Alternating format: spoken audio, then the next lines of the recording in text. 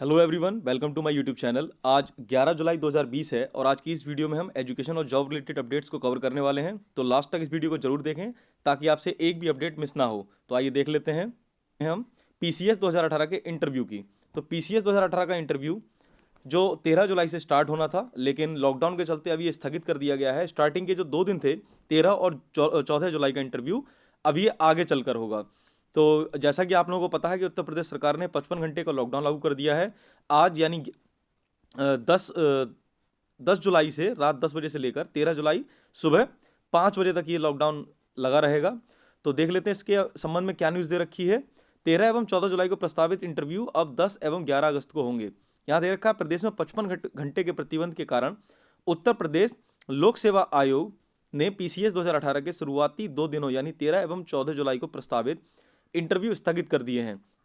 इससे उन अभ्यर्थियों को काफ़ी राहत मिलेगी जिन्हें दूसरे राज्यों या अन्य दूर दराज के जिलों में इंटरव्यू देने के लिए प्रयागराज आना था। इंटरव्यू अब 15 जुलाई से शुरू होंगे। 13 एवं 14 जुलाई को स्थगित किए गए इंटरव्यू 10 एवं 11 अगस्त को होंगे। यूपीपीएससी के सचिव जगदीश की ओर से जारी विज्ञप्ति में कहा गया है कि 10 जुलाई को रात 10 बजे से 13 जुलाई को प्रातः 5 बजे तक घोषित प्रतिबंधों के कारण 13 जुलाई को प्रस्तावित साक्षात्कार अब 10 अगस्त और 14 जुलाई को प्रस्तावित साक्षात्कार 11 अगस्त को आयोजित किया जाएगा।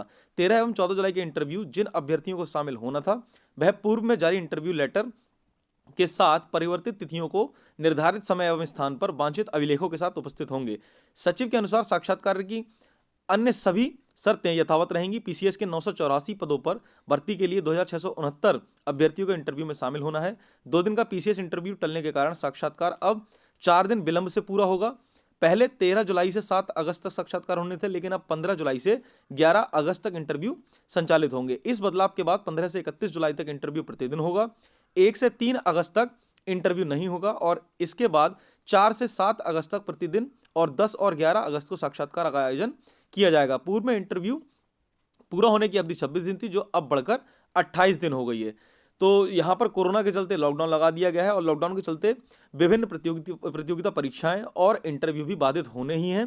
तो इसमें आगे देखने वाली बात यह होगी कि आगे भी लॉकडाउन एक्सटेंड होता है या नहीं होता है। यदि लॉकडाउन एक्सटेंड होगा तो ऑब्वियस सी बात है, जितने भी शैक्षणिक कार्यक्रम हैं वो इससे बाधित होंगे। यहाँ पर दे रखा है, प्रदेश में 2 दिन के प्रतिबंध के कारण 15 जुलाई से शुरू होंगे साक्षात्कार, और जिसके चलते इसके परिणाम में भी देरी हो सकती है। लेकिन यहाँ पर बता रहे हैं परिणाम 25 अगस्त से पहले आने की उम्मीद बरकरार है। लेकिन ऐसा काफ़ी मुश्किल है, क्योंकि अगर एक भी दिन डिले हो जाता है किसी भी प्रोसीजर में तो उसका रिजल्ट डिले हो ही जाता है, खासकर उत्तर प्रदेश की बात करें तो ये बात हो गई पीसीएस 2018 के इंटरव्यू को लेकर, जिसका अभी थोड़ा सा 2 दिन पोस्टपोन आगे कर दिया गया है। इसके आगे बात कर लेते हैं। यहाँ पर दे रखा है आरओ एआरओ के चयनितों का अभिलेख सत्यापन 16 को। तो यहाँ पर आरओ और एआरओ के डॉक्यूमेंट वेरिफिकेशन होना था, जो कि आगे बढ़ा दिया गया है। इसमें दिया हुआ है, यूपीपीएससी ने प्रदेश में घोषित प्रतिबंध के कारण 13 जुलाई को प्रस्तावित समीक्षा अधिकारी, सहायक समीक्षा अधिकारी 2017 के चयनित अभ्यर्थियों के अभिलेखों का सत्यापन प्रस्तावित कार्यक्रम स्थगित कर दिया है। सत्यापन अब 16 जुलाई को होगा। पूर्व में 27 मई से 6 जून तक आयोजित अभिलेख सत्यापन की प्रक्रिया से वंचित रहे अभ्यर्थियों को एक अन्य अवसर देते हुए 13 जुलाई को बुलाया गया था, लेकिन 10 जुलाई को रात 10 बजे, 13 जुलाई को सुबह 5 बजे तक प्रतिबंध घोषित होने के कारण अभिलेख सत्यापन अब 16 जुलाई को कराने का निर्णय लिया गया है। परीक्षा नियंत्रक अरविंद कुमार मिश्र के अनुसार अभ्यर्थी अपने शैक्षिक अभिलेखों के सत्यापन के लिए नियत तिथि समय पर आयोग परिसर के गेट नंबर 2 पर स्थित गेस्ट हाउस में उपस्थित होंगे। तो ये बात हो गई आरओ एआरओ को लेकर। इसका जो डॉक्यूमेंट वेरिफिकेशन होना था वो भी आगे एक्सटेंड कर दिया गया है, 16 जुलाई से स्टार्ट कर दिया गया है। नेक्स्ट अब बात कर देते हैं एलटी ग्रेड की। एलटी ग्रेड में भी जो डॉक्यूमेंट वेरिफिकेशन था वो होना था, और वो भी अब लॉकडाउन के चलते 2 दिन आगे बढ़ा दिया गया है। तो इसमें भी देख लेते हैं। एलटी ग्रेड शिक्षक भर्ती के तहत चयनित जो अभ्यर्थी पूर्व में आयोजित अभिलेख सत्यापन की प्रक्रिया में शामिल नहीं हो सके थे, यूपीपीएससी ने उन्हें एक अन्य अवसर देते हुए 13, 14, 15 एवं 16 जुलाई को अभिलेख सत्यापन के लिए आयोग बुलाया था। लेकिन शुरुआती 2 दिनों यानी 13 एवं 14 जुलाई को प्रस्तावित अभिलेख सत्यापन की प्रक्रिया लॉकडाउन के कारण स्थगित कर दी गई है। परीक्षा नियंत्रक अरविंद कुमार मिश्र के अनुसार 13 जुलाई को बुलाए गए अभ्यर्थियों का अभिलेख सत्यापन अब 20 और 14 जुलाई को बुलाए गए अभ्यर्थियों का अभिलेख सत्यापन 21 जुलाई को होगा। तो ये तीनों अपडेट्स हो गई पीसीएस 2018 इंटरव्यू को लेकर, आरओ एआरओ के डॉक्यूमेंट वेरिफिकेशन और एलटी ग्रेड के वेरिफिकेशन को लेकर। यहाँ पर सबसे बड़ी बात यह है, जहाँ पर हमारी गवर्नमेंट डिजिटल इंडिया की बात करती है, तो ऐसी स्थिति में जब कोरोना में हमें 6 फीट की दूरी मेंटेन रखनी है और कम से कम बाहर निकलना है और अपनी जान और जहां दोनों बचाने हैं, उस स्थिति में अगर इस टाइप की काउंसलिंग हो रही है, डॉक्यूमेंट वेरिफिकेशन हो रहे हैं, तो ऐसी सिचुएशन में खतरा बढ़ना ही है, कम होने का नाम नहीं लेना है। स्टूडेंट्स भी अपनी जान खतरे में डालकर वहां डॉक्यूमेंट वेरिफिकेशन कराने जाएंगे और दिक्कतों का सामना करना पड़ेगा। अगर हम डिजिटली इस चीज़ पर फोर्स देते हैं, डिजिटली इस चीज़ में जो प्रशासन और विभाग अपने आप को डेवलप करते हैं, तो इस टाइप की भीड़ से हम बच सकते हैं, क्योंकि ओवरऑल डिजिटली हम स्कैन कॉपी अपलोड कर सकते हैं और वेरिफिकेशन के लिए ऑनलाइन माध्यम का यूज कर सकते हैं। लेकिन उत्तर प्रदेश सरकार इस संबंध में कुछ भी विचार करने के लिए नहीं है। अभी लगभग 1 महीने पूर्व 69,000 शिक्षक भर्ती की प्रक्रिया चालू थी। उसमें काउंसलिंग के लिए सभी को बुलाया गया था, नियत किया गया था रोल नंबर के अकॉर्डिंग, और वहां पर ऐसी स्थिति थी, अखबारों में तो देखने को बहुत कुछ मिल रहा था कि वहां पर थर्मल स्कैनिंग होगी, सोशल डिस्टेंसिंग होगी, ये ध्यान रखा जाएगा, लेकिन कोई भी ध्यान नहीं रखा गया। और मेरा मानना है उसमें इतने लोग कोरोना पॉजिटिव हुए होंगे हद से ज़्यादा। तो ऐसी स्थिति में सरकार और प्रशासन को यह भी सोचना चाहिए कि जहां पर स्टूडेंट अपनी नौकरी, अपनी जान दांव पर लगाकर वहां पर जा रहे हैं, तो ऐसी स्थिति में कोई ऐसा माध्यम निकालना चाहिए जो कि ऑनलाइन माध्यम से इन चीज़ों का वेरिफिकेशन हो सके और नियुक्ति पत्र और आवंटन ऑनलाइन किया जा सके, जिससे सरकारी कर्मचारी, अधिकारी, प्रशासन और विद्यार्थी सभी लोग अपना जीवन बचा सकें। क्योंकि कोरोना के आज मैक्सिमम 26,500 समथिंग केस निकले हैं और दिन पर दिन इनकी संख्या बढ़ती जानी है। या तो जॉब देनी ही नहीं है तो क्लियर कह दीजिए कि हम इतने टाइम तक आपको जॉब नहीं दे पाएंगे, और अगर देनी है तो उसके कुछ अल्टरनेटिव्स निकाले जाएं, क्योंकि सारे काम वही ट्रेडिशनल वे में हो रहे हैं जैसा कोरोना से पहले हो रहे थे। कोरोना आ जाने के बाद भी सिस्टम में कोई सुधार नहीं हुआ है। तो उम्मीद यही करता हूं अगर ये मेरी बात कहीं तक पहुंच रही हो तो इस चीज को संज्ञान में लेते हुए कुछ सुधार की आवश्यकता करें। ये नेक्स्ट न्यूज़ भी पीसीएस स्केलिंग के मैटर से लेके है। जो पीसीएस 2018 हुआ था, इसमें रिजल्ट को लेकर काफ़ी स्टूडेंट्स सेटिस्फाइड नहीं थे और ये पहुंच गए थे हाई कोर्ट। तो हाई कोर्ट ने इससे संबंधित याचिका खारिज कर दी है। तो देख लेते हैं हाई कोर्ट ने क्या कहा है। पीसीएस 2018 की मुख्य परीक्षा को चुनौती देने वाली याचिका इलाहाबाद हाई कोर्ट ने खारिज कर दी है। खारिज क्या कहते हुए कर दी है? याचिका यह कहते हुए दाखिल की गई थी कि मुख्य परीक्षा के परिणाम में स्केलिंग लागू नहीं की गई है। परीक्षा की शुचिता पर सवाल उठाते हुए कहा गया कि लोक सेवा आयोग परीक्षा के आयोजन में पारदर्शिता नहीं बरत रहा है। हाईकोर्ट ने याचिका यह कहते हुए खारिज कर दी कि याचिका तथ्यात्मक रूप से कमजोर है और परीक्षा की प्रक्रिया अभी जारी है। ऐसे में इसमें हस्तक्षेप करने का कोई आधार नहीं है। प्रतियोगी छात्र अनुज द्विवेदी और अन्य की ओर से दाखिल याचिका पर न्यायमूर्ति अश्विनी कुमार मिश्र ने सुनवाई की। याचिकन का कहना था पीसीएस 2016 के परिणाम में अभ्यर्थियों को प्राप्त मूल अंकों के साथ स्कोर भी दिया गया था। 2017 की परीक्षा में इस प्रक्रिया को उलट दिया गया। आयोग ने 28 जनवरी 2020 को नोटिस प्रकाशित कर कहा था कि रिजल्ट के साथ स्केलिंग का स्कोर भी प्रदर्शित किया जाएगा, मगर ऐसा नहीं किया गया। याचिका ने आरटीआई से सूचना मांगी, मगर उनको सूचना नहीं दी जा रही है। पूरी परीक्षा प्रक्रिया में पारदर्शिता का अभाव है, जबकि आयोग के अधिवक्ता का कहना था कि चयन प्रक्रिया अभी पूरी नहीं हुई है, साक्षात्कार होना बाकी है, इसलिए इस स्तर पर आरटीआई में कोई सूचना नहीं दी जा सकती है। इससे गोपनीयता भंग होती है। प्रक्रिया पूरी होने के बाद आरटीआई से में मांगी गई नियमानुसार विचार कर निर्णय लिया जाएगा। अधिवक्ता का कहना था याचिका तथ्यहीन और समय पूर्व दाखिल की गई है। तो ये बात हो गई स्केलिंग को लेकर। स्टूडेंट्स इससे काफ़ी नाराज भी हैं और हाईकोर्ट गए थे, तो हाईकोर्ट से यहाँ पर याचिका खारिज कर दी गई है। यहाँ पर भी देखने को मिल रहा है कि जो संबंधित विभाग हैं वो उनकी गाइडलाइंस स्पष्ट नहीं होती हैं, जिससे स्टूडेंट्स को ही हर्जाना भुगतना पड़ता है। याचिका में जो डाली जाती हैं कोर्ट में सुनवाइयाँ लगती हैं और मामला विचाराधीन रह जाता है।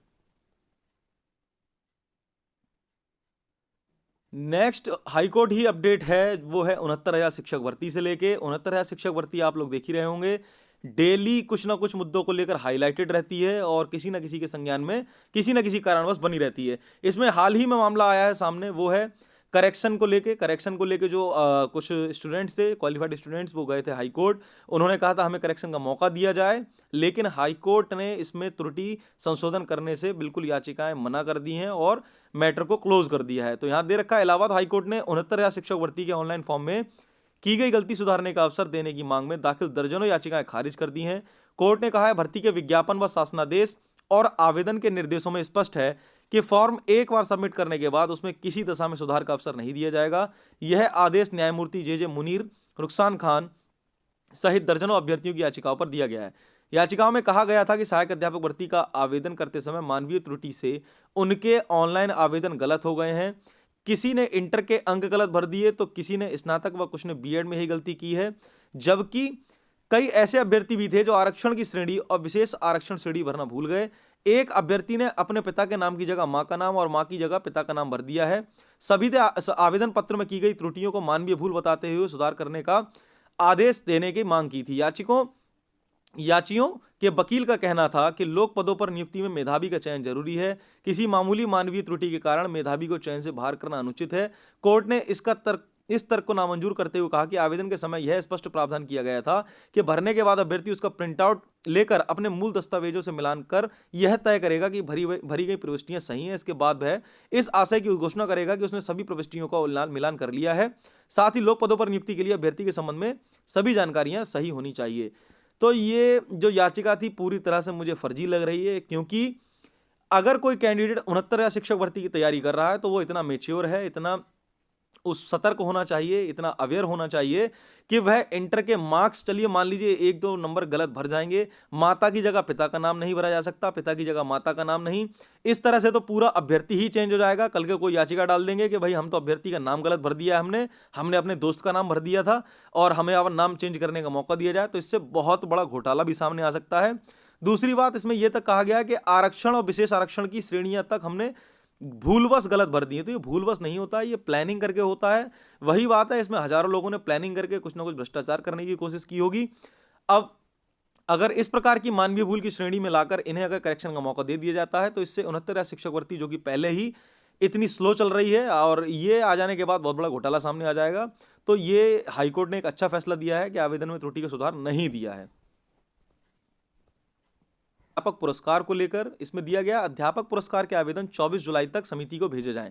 बेसिक शिक्षा निदेशक सर्वेंद्र विक्रम बहादुर ने सभी जिला बेसिक शिक्षा अधिकारियों को निर्देश दिया है कि राज्य अध्यापक पुरस्कार के आवेदन पत्रों की जांच करके 24 जुलाई तक राज्य स्तरीय समिति को भेज दिया जाए। उन्होंने कहा है कि राज्य अध्यापक पुरस्कार के लिए राज्य स्तर पर प्राप्त ऑनलाइन आवेदन जिला बेसिक शिक्षा अधिकारी को भेजे जाएंगे। दिशा निर्देशों के अनुसार शिक्षकों के चरित्र, विशिष्ट शैक्षिक उपलब्धियों, नियमित उपस्थिति, उनके द्वारा नवाचार, सामाजिक सहभागिता, शिक्षक की उत्कृष्ट सेवाओं तथा उनके विरुद्ध कोई प्रशासनिक आपराधिक जांच या कार्रवाई लंबित न होने के संबंध में आख्या जिलाधिकारी से प्रति हस्ताक्षरित कराकर ऑनलाइन भेजेंगे। तो ये बात हो गई राज्य पुरस्कार को लेकर। इसकी जो डेट है 24 जुलाई बताई गई है, 24 जुलाई तक इसके नामित कर दिए जाएंगे। नेक्स्ट न्यूज़ है एडमिशंस के बारे में, जो कि यूनिवर्सिटीज़ में एडमिशंस होने हैं और प्रतियोगिता परीक्षाओं के संबंध में जो एंट्रेंस एग्जाम होते हैं, तो इसके संबंध में कह रखा है, डिप्टी सीएम ने कहा अगस्त में समीक्षा के बाद कॉलेजों में कक्षाओं के संचालन पर निर्णय लिया जाएगा। जहां कोरोना के चलते डेली 25 से 26 हज़ार केसेज आ रहे हैं, यूपी में अकेले 1500 केसेज आ रहे हैं, ऐसी स्थिति में एंट्रेंस एग्जाम करवाना या एडमिशन प्रोसीजर स्टार्ट करवाना बहुत ही दिक्कत भरा काम है। तो ऐसी स्थिति में जो उत्तर प्रदेश के माननीय उप मुख्यमंत्री हैं डॉक्टर दिनेश शर्मा जी, इन्होंने कहा है कि एडमिशंस जो हैं मेरिट के आधार पर भी किए जा सकते हैं। तो इसके संबंध में सूचना दे रखी है, आइए देख लेते हैं। सूबे के उप मुख्यमंत्री डॉक्टर दिनेश शर्मा ने शुक्रवार को कोरोना वायरस के मद्देनजर अगस्त तक राज्य के स्कूल एवं कॉलेजों में कक्षाएं संचालित होने की संभावना नहीं है, लेकिन स्नातक एवं स्नातकोत्तर स्तर के पाठ्यक्रमों की अंतिम वर्ष की परीक्षाएं अगस्त सितंबर में आयोजित की जाएंगी। उन्होंने कहा कि विश्वविद्यालय में मेरिट के आधार पर भी प्रवेश लिया जा सकता है। वीडियो कॉन्फ्रेंसिंग के जरिए बातचीत में डिप्टी सीएम ने कहा कि 31 जुलाई तक स्कूल या कॉलेज में कक्षाएं आयोजित नहीं की जाएंगी। अगस्त में कुछ परीक्षाएं होने के बाद स्थिति की समीक्षा कर आगे कक्षाएं संचालित करने के बारे में कोई निर्णय लिया जाएगा। कहा कि कोविड-19 से यूपी बोर्ड में भी कक्षा 9 से 12 तक के पाठ्यक्रमों में 30% तक की कमी की गई है। उन्होंने बताया कि उच्च शिक्षा के मामले में यूजीसी के दिशा निर्देशों के तहत परीक्षाएं एवं कक्षाएं संचालित करने के बारे में कोई निर्णय लिया जाएगा। कोरोना के कारण लागू लॉकडाउन के दौरान ऑनलाइन और टीवी के माध्यम से कक्षाओं का संचालन काफी सफल रहा है। इसमें आने वाली बाधाओं को दूर कर इसे सुगम बनाया जाएगा। इंटरनेट कनेक्टिविटी की समस्या, कहा कि केंद्र सरकार के संबंधित विभाग के समक्ष इस मसले को रखा जाएगा। तो ये बात हो गई एंट्रेंस एग्जाम और यूनिवर्सिटीज एग्जाम्स को लेकर। और इसमें एक नोटिस और भी दे रखा है कि अग्रिम फीस के लिए कोई दबाव ना बनाए स्कूल व कॉलेज। तो स्कूल और कॉलेजों के लिए स्पष्ट निर्देश दिए गए हैं उप मुख्यमंत्री के द्वारा कि गार्जियन से, पेरेंट्स से एडवांस फीस नहीं मांगी जाएगी, उनको मंथली फीस पे करने दी जाए, और जो पेरेंट्स सक्षम नहीं हैं उनको फीस थोड़ा डिले भरने का एक मौका दिया जाए। नेक्स्ट अपडेट है यूजीसी परीक्षाओं को लेकर, छात्रों को प्रोन्नत करें। तो ये राहुल गांधी जी का एक बयान आया है। राहुल गांधी जो पूर्व कांग्रेस अध्यक्ष रह चुके हैं, उनका कहना है कि जैसे फर्स्ट ईयर और प्री फाइनल ईयर के स्टूडेंट्स को प्रमोट किया जा रहा है उनके प्रीवियस असेसमेंट और परसेंटेज के बेसिस पर, तो उसी के अनुसार फाइनल ईयर स्टूडेंट्स को भी प्रमोट किया जाए। इनका कहना है कांग्रेस ने मांग की है कि यूजीसी के छात्रों को पिछले प्रदर्शन के आधार पर अगले शैक्षणिक सत्र के लिए प्रोन्नत कर देना चाहिए। पार्टी के पूर्व अध्यक्ष राहुल गांधी ने कहा कि कोरोना वायरस संक्रमण के बढ़ते मामलों को देखते हुए विश्वविद्यालय अनुदान आयोग को परीक्षाएं रद्द कर देनी चाहिए। राहुल गांधी ने कांग्रेस की तरफ से सोशल मीडिया पर चलाए जा रहे स्पीक अप फॉर स्टूडेंट अभियान के तहत एक वीडियो में कहा कि यूजीसी भ्रम की स्थिति पैदा कर रही है। तो यहां पर इनका कहना कुछ हद तक सही भी है, क्योंकि जहां पर इतने कोरोना केसेस चल रहे हैं, ऐसी स्थिति में मान लीजिए कोई श्योरिटी नहीं है कि सितंबर तक या अगस्त तक ये स्थितियां सामान्य होने वाली हैं, क्योंकि भारत की स्थिति अब जो विश्व में महामारी के जो टॉप कंट्रीज थे उसकी ज़्यादा और दर देखने को मिल रही है डेली, जहां पर 25 से 26 हज़ार केसेस सामने आ रहे हैं और आगे आने वाले समय में ये संख्या और बढ़ने वाली है। तो ये मांग इनकी कुछ हद तक सही भी लगती है।